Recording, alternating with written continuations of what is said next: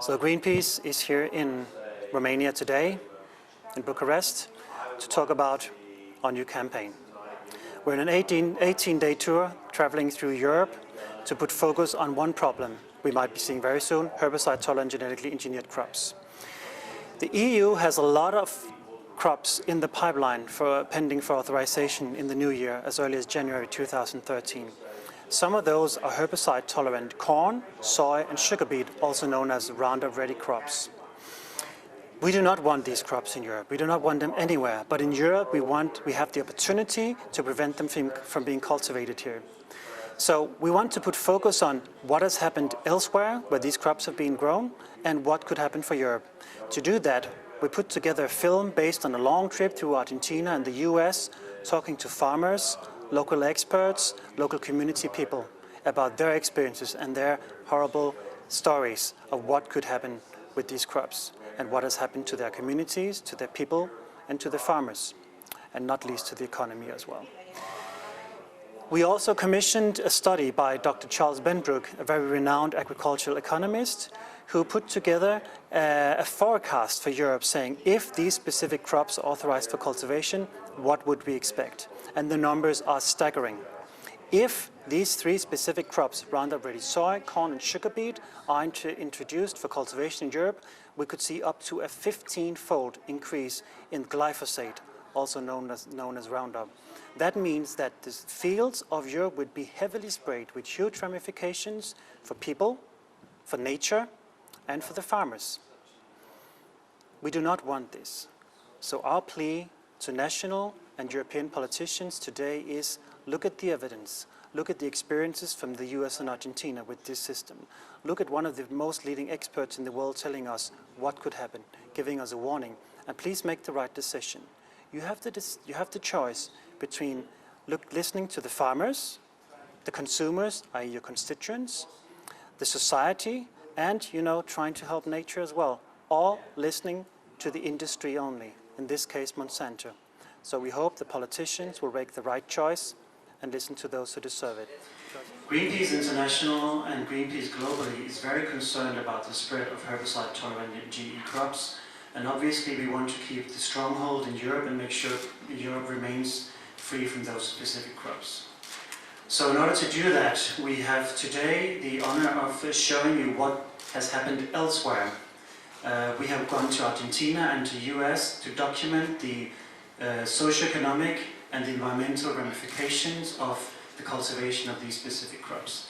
And with us today we have two American farmers, which I'll introduce in a moment, who will be talking about their first-hand experiences. All this will become very clear from the film we're going to show in a moment. And I'm going to be talking about a new study by the agricultural economist Dr. Charles Benbrook, who has made a forecast for Europe that actually shows what would be the implications of authorizing these crops for cultivation in Europe. That overall, the herbicide use on Roundup-ready corn, Roundup-ready soybean, and Roundup-ready cotton has increased by 239 million kilos.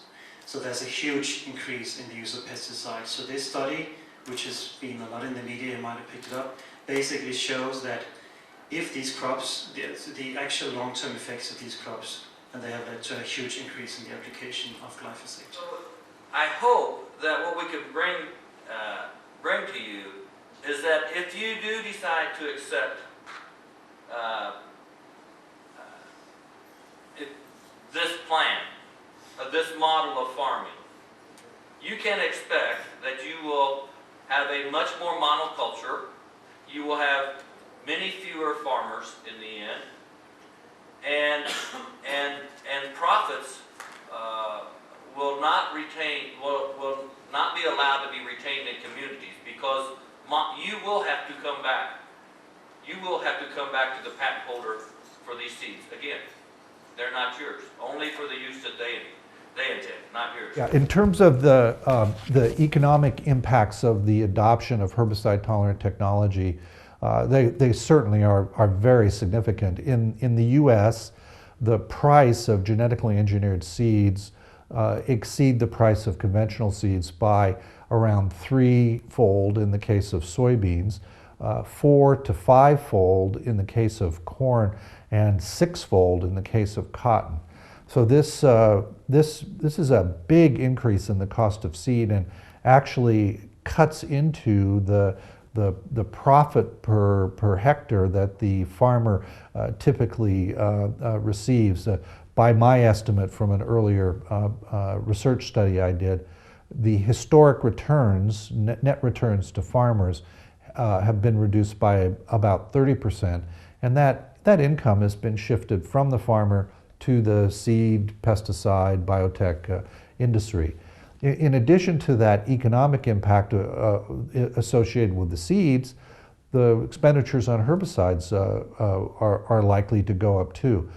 Probably not significantly in the early years before resistant weeds kick in, because the companies have to price the technology competitively or they won't gain significant market share. So the combination of the premium charge for the seed and the price of Roundup will still leave a small margin of benefit for the farmers, and so that's what I would expect in the beginning. But after 5 or 6 years, as farmers have to start spraying more herbicides, they won't see the price of them come up, but instead their expenditures will go up and will start to cut into their net returns. We do have enough food to feed the world today. It's not a matter of food production, it's a matter of food distribution. Feeding the world today is not a matter of production, not a matter of science, it's a political question.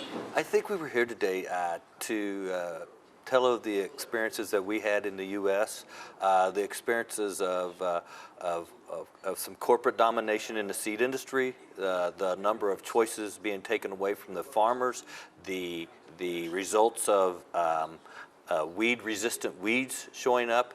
And so what all this leads to is much higher expenses for farmers and much more power for corporations, and food costs on the rise for the consumers. Well, my name is Wendell Lutz. I am a corn and soybean farmer from the USA, the state of Illinois.